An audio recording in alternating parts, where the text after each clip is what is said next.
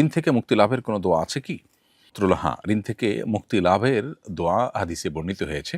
আলী রাদিয়াল্লাহু তাআলা আনহু থেকে বর্ণিত হাদিসে আমরা জানতে পারি যে নবী করিম সাল্লাল্লাহু আলাইহি সাল্লাম তাঁকে অর্থাৎ আলী রাদিয়াল্লাহু তাআলা আনহুকে শিক্ষা দিয়েছেন ঋণ থেকে মুক্তি লাভের একটি দোয়া।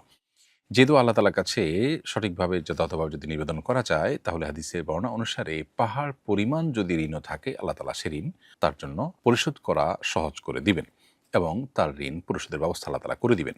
দোয়াটি হলো আল্লাহুম্মা কফিনি বিহালালিকা আন হারামিক ওয়া আগনিনি বিফদলিকা আম্মান সিওয়াক।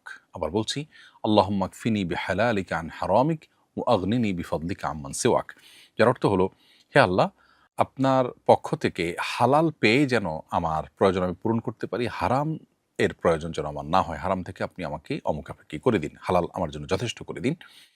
আর আপনি ছাড়া অন্য কারোর প্রতি আমাকে মুখাপেক্ষী করবেন না। এখানে ঋণ পরিশোধের আকাঙ্ক্ষা আল্লাহর কাছে নিবেদন করাটা নিহিত আছে। এই হাদিসটি তিরমিজিতে বর্ণিত হয়েছে হাসান সূত্রে। বিধায় আমরা এ দোয়ার মাধ্যমে ঋণ পরিশোধের জন্য আল্লাহ তাআলার কাছে নিবেদন করতে পারি, বিশেষভাবে দোয়া করতে পারি, ঋণ পরিশোধের জন্য আল্লাহর কাছে সাহায্য চাইতে পারি। অতএব আমাদের ঋণ পরিশোধের জন্য যে পার্থিব চেষ্টা আছে, যেটা আমাদের করণীয় আছে সাধ্য অনুযায়ী, সেটা তো আমরা করবই। যেমন আমার স্থাবর অস্থাবর সম্পদ বিক্রি করে হলেও আমি ঋণ পরিশোধ করবার চেষ্টা করব। পাশাপাশি আল্লাহ রাব্বুল আলামিনের সাহায্য চেয়ে আমি এভাবে দোয়া করতে পারি, আল্লাহুম্মা কফিনি বিহালালিকা আন হারামিক ওয়া আগনিনি বিফদলিকা আম্মান সিওয়াক। আল্লাহ তাআলা আমাদের সবাইকে ঋণমুক্ত করে, ঋণের বোঝা থেকে মুক্তি দান করে তারপর দুনিয়া থেকে যাওয়ার তৌফিক নসিব করুন। মুমূর্ষ ব্যক্তিকে কিভাবে শোয়াবে, দয়া করে বিস্তারিত জানাবেন। মুমূর্ষ ব্যক্তিকে ডান দিকে কাত করে কেবলামুখী করে শোয়াতে হবে। অর্থাৎ ধরুন এদিকে কেবলা, তাহলে এভাবে কবরটা এমনভাবে করবে যে এভাবে লাশটা যেন কেবলামুখী থাকে। অনেকে এভাবে চিৎ করে শুইয়ে শুধুমাত্র ঘাড়টাকে কেবলার দিকে ফিরিয়ে দেয়। এটা সুন্নাহ নয়। সুন্নাহ হলো পুরো বডিলি যেন কেবলামুখী একটু কাত হয়ে থাকে, সেভাবে কার্ভ করে কবরের মধ্যে আবার আলতো করে একটু জায়গা কেটে ওখানে লাশটাকে রাখা। যদি সেরকম কাটার কোনো সুযোগ না থাকে, তাহলে সেক্ষেত্রে উপর দিকে শুইয়ে রাখাটাও এটিও জায়েজ আছে, যদি ওরকম কোনো উপায় না থাকে। তবে সাধারণ অবস্থাতে কেবলামুখী করে শোয়ানোটাই হলো সুন্নাহ। মুসাফির যদি মুকিমের পেছনে জোহরের নামাজ আদায় করেন, তাহলে কত রাকাত পড়বেন? উত্তর হলো, মুসাফির ব্যক্তি যদি স্থানীয় ইমামের পেছনে নামাজ পড়েন, তাহলে সেক্ষেত্রে পূর্ণ নামাজ পড়বেন। যেহেতু ইমাম পূর্ণ নামাজ পড়বেন, ইমামের আনুগত্য করতে গিয়ে তিনিও পূর্ণ নামাজ পড়বেন। আর এর বিপরীতে যদি এমন হয় যে ইমাম মুসাফির হন আর পেছনে নামাজ পড়া ব্যক্তি স্থানীয় হন, তাহলে ইমামের সাথে 2 রাকাতের পর ইমাম সালাম ফিরিয়ে ফেলবেন, তখন তিনি দাঁড়িয়ে আরও 2 রাকাত প্লাস করবেন, অর্থাৎ তিনি পূর্ণ নামাজ পড়বেন। যেহেতু তিনি ইমামের আনুগত্য করার পরও তার পূর্ণ নামাজ পড়তে কোনো অসুবিধা নেই, অর্থাৎ সালাম ফিরার পরে বাকি নামাজ তিনি পড়তে পারছেন, বিধায় তার জন্য পূর্ণ নামাজ আদায় করাটাই হলো আবশ্যক। রমজানে অসুস্থ থাকার কারণে রোজা রাখতে পারিনি, এখন ধারাবাহিকভাবে রাখছি। আজ রাতে কাজা রোজার নিয়ত করিনি, সাহরির জন্য জাগ্রতও হতে পারিনি। দিনের বেলা নিয়ত করেছি, রোজা আদায় হবে কিনা? প্রিয় দর্শক, কাজা রোজার নিয়ত সুবহে সাদিকের আগে করতে হবে। অর্থাৎ দিনের বেলা নিয়ত করলে কাজা রোজা আদায় হবে না, তবে নফল রোজার নিয়ত দিনের বেলায় করা যায়।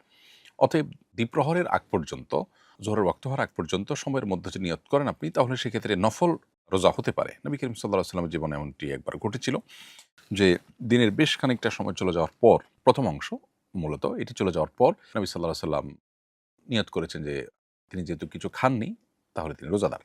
এটি নফল রোজার ক্ষেত্রে। কিন্তু কাজা রোজা, ফরজ রোজা এগুলো মূলত রাতে নিয়ত করতে হবে, এবং দিনের একটা অংশ চলে গেছে তারপর আপনি নিয়ত করলেন, তাতে কাজা রোজা আদায় হবে না। অতএব এরকম রোজা আপনি রেখে থাকলে সেটি নফল হিসাবে বিবেচিত হবে এবং তার সওয়াব আপনি পাবেন, তবে ফরজ কাজা রোজা হিসাবে সেটি বিবেচিত হবে না। রেওয়াজি বিভিন্ন সামাজিক ও সাংস্কৃতিক উৎসব পালনের এই হুকুম জানতে চাই। সামাজিক ও সাংস্কৃতিক উৎসবগুলো মৌলিকভাবে মুবাহ এবং জায়েজ, যদি সেখানে শরিয়া বিরোধী কোনো কিছু যুক্ত না হয়। শরিয়া বিরোধী যদি কোনো অনুষঙ্গ যুক্ত হয়, তাহলে সেটা নাজায়েজ হবে এবং সেটা থেকে বিরত থাকতে হবে। এমনকি ঈদের আয়োজনেও যদি সেরকম কোনো হারাম জিনিস যুক্ত হয়, তাহলে সেক্ষেত্রে সেটিও বর্জন করতে হবে।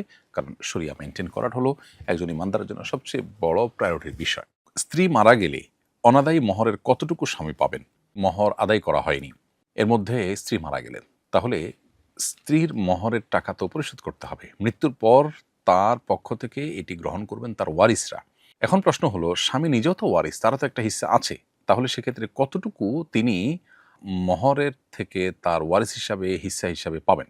এর উত্তর হলো যে স্ত্রী মারা যাওয়ার পর তার মহরের টাকাটা যেটা পরিশোধ করা হবে, সেটা স্ত্রীর অন্যান্য রেখে যাওয়া যে সম্পদ আছে, সে সমস্ত সম্পদের মধ্যে গণ্য হয়ে পরিত্যক্ত সম্পদে পরিণত হবে, এবং এটি ওয়ারিসদের মধ্যে শরিয়ার যে অনুপাত আছে, কোরআনে বর্ণিত যে অনুপাত আছে, সে হারে বণ্টিত হবে। এখানে স্বামী হিসেবে স্ত্রীর সম্পদে যতটুকু ভাগ পাবেন সেটা হলো, যদি স্ত্রীর কোনো সন্তান রেখে না যান, স্ত্রীর যদি কোনো সন্তান জীবিত না থাকে, তাহলে স্বামী অর্ধেক সম্পদ পাবেন। অতএব মহরের টাকা এবং আরও কিছু থাকলে এই সবগুলো থেকে ঋণ পরিশোধের পর যতটুকু টিকবে ততটুকু এর অর্ধেক সম্পদ স্বামী পাবেন, যদি স্ত্রী কোনো সন্তান রেখে না যান। যদি স্ত্রী সন্তান রেখে যান তাহলে সেক্ষেত্রে 1/4 বা 4 ভাগের 1 ভাগ পাবেন হলো স্বামী। অতএব মহর এবং অন্যান্য সম্পদ সব মিলিয়ে 1/4 পাবেন হলো স্বামী, যেটা তার মিরাস হিসাবে তিনি পাবেন, এবং সেটা হলো যদি স্ত্রীর কোনো সন্তান থাকে তখন।